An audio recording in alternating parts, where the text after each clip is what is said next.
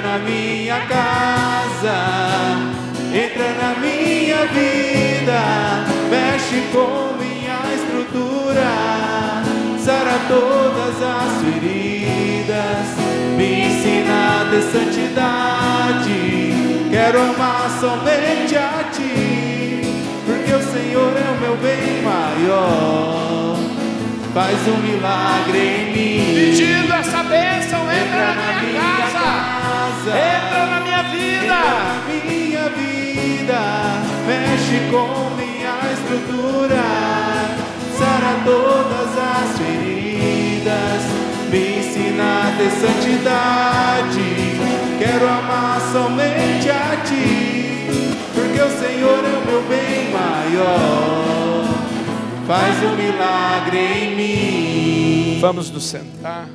Queria começar a nossa campanha dos pais orando pelos filhos, não é só as mães, né? Senão a gente acaba achando que só mãe tem responsabilidade para rezar pelos filhos. Pais, não é? Quando a mãe não reza, tem que ser o pai. E se for os dois, a força é maior. E eu queria que vocês pudessem acompanhar, quem quiser, o livro do Eclesiástico, no capítulo 3. Eclesiástico, capítulo 3, versículo 11. Eclesiástico, capítulo 3, versículo 11. O Eclesiástico é um livro de sabedoria, é um livro de palavras, é como um livro de provérbios, cheio de ditos espirituais, de ditos populares, que eram muito comentados e que Salomão os coloca na forma de livro. E diz assim no versículo 11 do capítulo 3. A bênção paterna fortalece a casa de seus filhos. A maldição de uma mãe a arrasa até os alicerces. Palavra do Senhor. Queria começar com essa palavra. Quem vem aqui rezar pelos filhos precisa começar a pensar se não precisa pôr um guarda nos lábios, um sentinela na boca. A gente, quando fica com raiva, ou a gente quando acaba ficando contrariado, acaba às vezes amaldiçoando. Acontece que a palavra jogada ao vento, o diabo já usa. Mas a palavra jogada dentro da nossa casa, o diabo toma posse para destruir. Aí a gente diz, mas eu não falei com essa intenção, eu não falei pensando nisso, não é isso que eu queria. Pois é, se desejar já é perigoso, porque o diabo, o desejo já tem uma força em si mesmo. Imagina quando a gente transforma isso em palavras. Ah, mas eu não pensava nisso. Pois é, então coloque um sentinela nos teus lábios, como a Bíblia manda, como diz São Tiago, porque o diabo não quer explicação. Depois você vai lá falar com o diabo e fala assim, ó diabo, não faz o mal na minha casa não, porque foi sem querer. Ele fala, vai pedir para Deus, porque comigo as coisas não é para o bem. É claro que se a gente fala palavras inadvertidas, quer dizer, sem refletir, e faz isso muitas vezes, isso já dá dor de cabeça para a gente, não é mesmo? Numa discussão, num negócio, numa conversa com um amigo que você acaba não segurando a língua, numa conversa com o esposo e a esposa que a gente não pensa para falar muitas vezes, acaba gerando confusão, não é assim? Pois é.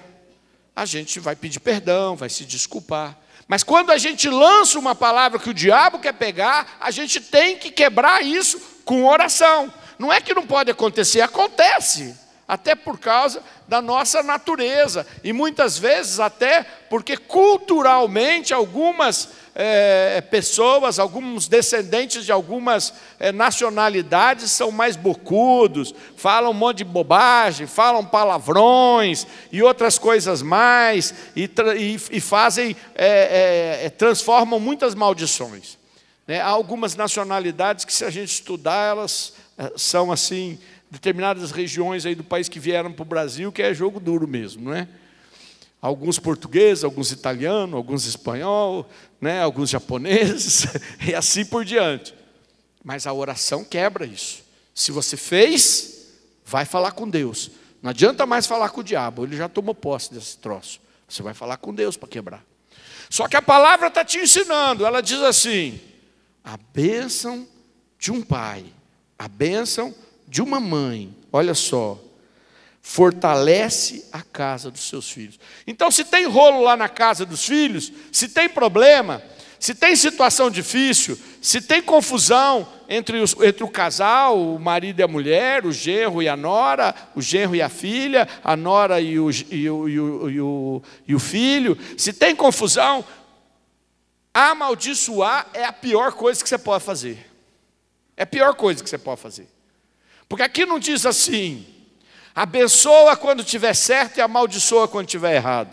Ele diz assim: se você abençoar, vai fortalecer, vai vir força para poder resolver. Se você amaldiçoar, vai arrasar. E arrasar significa sair feridos, tudo isso. Faz o sinal da cruz nos teus lábios, assim, ó. Que o Senhor lhe dê a graça de abençoar. Comece assim. Quem é pai, abençoe. Que nessa campanha você já tome essa direção. Eu tenho vários exemplos, vou dar um. Uma das minhas filhas não dormia, era uma coisa difícil demais, né? Não dormia, nenenzinho, não dormia, e a gente rezava, no outro dia estava passado, tinha que trabalhar, já não tinha passado a noite de hora nenhuma, e não dormia, e não achava, e aí médico, e não sei o quê, e não sei quanto, e a gente rezar em casa, do grupo de oração, tinha um casal de médicos, o seu Nelson ia lá, e banho quente de noite, com oração, para ver se dormia, não é? E nada resolvia. E um dia eu estava lá, uma pessoa do grupo de oração muito simples, falou assim, vamos abrir a Bíblia. Abriu a palavra, saiu um texto lá que eu não tinha entendido nada, e a pessoa disse assim: aqui está falando de telhado. Eu li e falei: está falando de telhado, mas não tinha nada a ver. Eu falei: aliás, era um texto que não dava para entender. Aí a pessoa, na sua simplicidade, disse assim: telhado é a bênção dos pais. Aí eu disse: mas eu e minha mulher abençoamos minha filha um monte. Não está faltando bênção. Não, vocês vão lá falar com o pai de vocês e pedir a bênção para vocês. Aí, bom, meu pai já estava no céu, né? Ou no purgatório, sei lá onde ele estava. Hoje está no céu já, né? A gente já rezou bastante para ele, mas fui lá, falei com a minha mãe. Mãe, me abençoa? Bom, minha mãe, você me abençoou, pôs a mão na minha cabeça e me abençoou. Falei: mãe, agora a senhora me abençoa pelo pai que está já no céu? Aí minha mãe me abençoou. Aí depois eu fui lá no meu padrinho de crisma, né, e falei para ele rezar por mim e me abençoar. Ele não sabia nem porquê, mas rezou e abençoou. A minha mulher fez o mesmo, procurou a mãe dela, abençoou. O pai já era separado, vivia com outra mulher. Aí ela foi lá no serviço dele. Ele já achou que ela tinha ido lá para brigar, né? Porque separada, aquela confusão toda. Ele era um homem difícil. Aí a minha esposa chegou lá e falou: olha, pai, eu vim aqui, o senhor não me dá a bênção? Ele ficou olhando para ela, ele falou: o que eu tenho que fazer? Ela falou: é simples, o senhor põe a mão na minha cabeça e fala: eu te abençoo, filha. E ele fez. Daquele dia em diante, acabou tudo. Todo o tormento em casa acabou. Toda aquela insônia que a gente não entendia acabou. A bênção tem um poder extraordinário. Por isso que a gente tem que abençoar. Por isso que a gente tem que abençoar e cuidar para não amaldiçoar. Porque sem querer, quando a gente, por exemplo, vê que a coisa não está boa, quando, por exemplo, um pai ou uma mãe vê que a filha ou o filho fez uma escolha que você acha ruim, e pode até ser mesmo, pode ter feito um casamento complicado, mas amaldiçoar não vai ajudar em nada, vai piorar muito. Aliás, não há o que fazer, então abençoe, abençoe, abençoe, abençoe, porque Deus vai ajudar. Porque se você amaldiçoar, você vai arrasar a casa dos teus filhos. E aí, só vai piorar. Se já estava ruim, se já havia situações que nós não sabemos onde iriam terminar, ela não só pode terminar, como ela vai se arrasar. E agora que eu fiz isso, eu estou acabado, eu estou acabada. Não, você fez isso, pois eu acabei de te dar o remédio. Qual é o remédio? Ora, vai até Deus e diz: Senhor, eu joguei as minhas palavras no ar, e o diabo está usando para fazer um inferno na vida dos meus filhos. Vai lá e abençoa, liberta. Eu te peço perdão, Senhor. Às vezes, a sabedoria nos ensina a não querer ir lá para falar para a pessoa perdoar você, porque a pessoa vai ficar com mais raiva ainda, não é? Às vezes a pessoa nem sabe que você amaldiçoou, chega lá e fala assim: olha, eu vim aqui pedir perdão a você porque eu tenho falado mal de você. A pessoa fala assim: vai embora daqui, sogra. Não é mesmo? Quer dizer, você não vai fazer isso, não é sábio, não precisa, você precisa falar com Deus, porque a questão é espiritual. Se você precisa de cura para se dar bem com a outra pessoa, é uma outra coisa, mas é espiritual. Você tem que falar com Deus. Você tem que pedir para Deus fechar teus lábios, quebrar a maldição, ajudar você a amaldiçoar menos, porque você vai cair. Quem tem essa fraqueza vai cair. E depois pedir: Senhor, dá-me a graça de abençoar. Porque, gente, a oração de pai e mãe é muito forte. É muito forte. Vou dar um exemplo para vocês, um outro exemplo. Vou pegar aqui Mateus, capítulo 17. Diz assim, versículo 14 e 15 do capítulo 17 de Mateus. E quando eles se reuniram ao povo, um homem aproximou-se deles e prostrou-se diante de Jesus, dizendo: Senhor, tem piedade de meu filho, porque ele é lunático e sofre muito. Ora cai no fogo, ora na água. Eu já o apresentei a teus discípulos, mas eles não o puderam curar. Respondeu Jesus: raça incrédula e perversa, até quando estarei convosco? Até quando hei de aturar-vos? Trazei-mo. Jesus ameaçou o demônio, e ele saiu do menino, que ficou curado na mesma hora. Vejam, um pai desesperado procurou os discípulos de Jesus, que já em alguns momentos foram enviados para curar os enfermos pelo mundo. Ide em meu nome, Jesus disse aos 72 discípulos. E aí ele voltou e falou: meu filho não tem jeito, meu filho cai no fogo, vai se queimando, cai na água, pode morrer afogado. Eu não consigo fazer mais nada, tenho que ficar vigiando o tempo todo para não acontecer um desastre. Procurei teus discípulos, eles não deram jeito. Aí Jesus até se irrita pela falta de fé, mas manda trazer o menino. O menino pediu a cura, o menino pediu a libertação. Não, o menino não pediu nada. Quem pediu? O pai. O pai pediu com muita humildade, porque já tinha pedido para os discípulos. Ele podia ter falado assim: não tem jeito mesmo. Mas ele não parou de pedir, e ele foi pedir para Jesus. E o que ele ganhou? O filho liberto. O filho liberto. Mamãe e um pai que desiste de orar pelo filho, porque não alcançou a graça, porque foi na igreja muitas vezes e não recebeu o presente de Deus, talvez está perdendo de repente estar diante daquele que Deus vai usar e curar teu filho, e libertar a tua filha. Está aqui, ó. O filho não pediu, o pai pediu, a graça aconteceu. Vejam, Jesus partiu dali e retirou-se para os arredores de Tiro e Sidônia. E eis que uma cananeia originária daquela terra gritava: Senhor, filho de Davi, tem piedade de mim. Minha filha está cruelmente atormentada por um demônio. Jesus não lhe respondeu palavra alguma. Seus discípulos vieram a ele e lhe disseram com insistência: Despede-a, ela nos persegue com seus gritos. Jesus respondeu-lhes: não fui enviado senão as ovelhas perdidas da casa de Israel. Mas aquela mulher veio prostrar-se diante dele, dizendo: Senhor, ajuda-me. Jesus respondeu-lhe: não convém jogar aos cachorrinhos o pão dos filhos. Certamente, Senhor, replicou-lhe ela, mas os cachorrinhos ao menos comem as migalhas que caem da mesa de seus donos. Disse-lhes então Jesus: ó mulher, grande é tua fé, seja-te feito como desejas. E na mesma hora sua filha ficou curada. Esse texto tem várias questões, algumas que eu não vou entrar, como por exemplo, por que Jesus chamou ela de cachorrinho, porque ela tinha uma religião pagã que era, sem dúvida nenhuma, perigosíssima e contaminadora.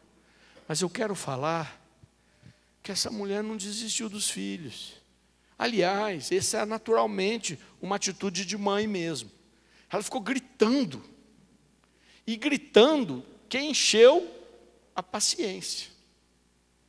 Os discípulos falaram: Jesus, pelo amor de Deus, nós não aguentamos mais essa mulher gritando aqui. Manda ela embora, pelo amor de Deus, ela não para de gritar. E o que me fascina com Jesus é isso. Jesus tinha uma capacidade de esperar a hora certa. Porque o próprio Jesus podia estar incomodado e já curado uma vez aquela menina e pronto. Não, Jesus deixou a mulher gritando, não fazendo nada. Jesus ouvia ela gritando, não fazendo nada. Aquela mulher podia ter se irritado e ido procurar outro lugar. Mas ela continuou. Os discípulos não aguentaram, mas Jesus aguentou. Jesus também estava lá. Os gritos que ela dava, não eram só os discípulos que ouviam. Jesus também ouvia.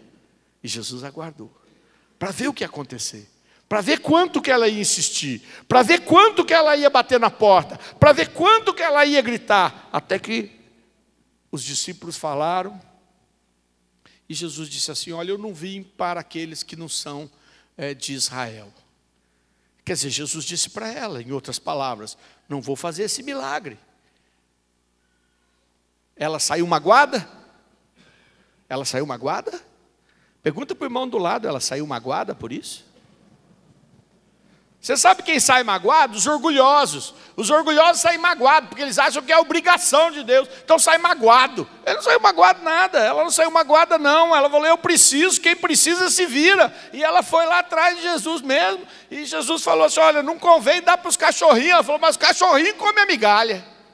Jesus olhou para ela e falou: mas você é insistente, hein? Nunca vi fé igual. Vai que a tua filha está curada. Não sei se Jesus já tudo isso estava planejado, provavelmente, ou se Jesus não queria fazer aquele milagre, tinha um outro propósito e mudou o propósito, de tanto que aquela mulher insistiu. Mas eu tenho certeza de que a oração de pai e mãe, batendo na porta, vai abrir a porta de Jesus. É claro que Jesus, ele olha a salvação, mais do que tudo. A gente quer os filhos para nós, a gente quer que os filhos passem no melhor curso o dia que forem, se forem um dia para a faculdade, a gente quer que os filhos tenham a melhor saúde do mundo, que os filhos façam o melhor casamento do mundo, que os filhos tenham o melhor emprego do mundo, e assim por diante. É o que a gente quer, não é? E não está errado, a gente quer as coisas. Mas Jesus quer a salvação dos nossos filhos. Jesus quer cuidar deles do jeito dele. E às vezes ele não vai dar o que a gente está pedindo, mas vai fazer o que ele tem que fazer. Só que a gente vai bater na porta. Vai bater na porta. Tem outros textos aqui de pais pedindo, o Jairo da sinagoga, por exemplo, que vai pedir para Jesus a cura do seu filho, que estava acamado. São muitos exemplos de pais, pai e mãe, pedindo a cura do filho. Tem até aquele que Jesus ressuscitou por causa da mãe. Ressuscitou, estava morto. Essa campanha começa hoje. E eu quero convidar você a vir para cá, bater na porta pelos teus filhos, pelos teus netos, pelos filhos que você adotou na vida, por aqueles que são como filhos seus, não só aqueles que você adotou para criar, aqueles que você adotou no amor, porque você ajudou a cuidar, todos esses. Você vai vir aqui e vai falar: Senhor, pelo meu pedido, nem que eu tenha que gritar, nem eu tenha que joelhar diante de Ti, faz o milagre na vida deles. Amém.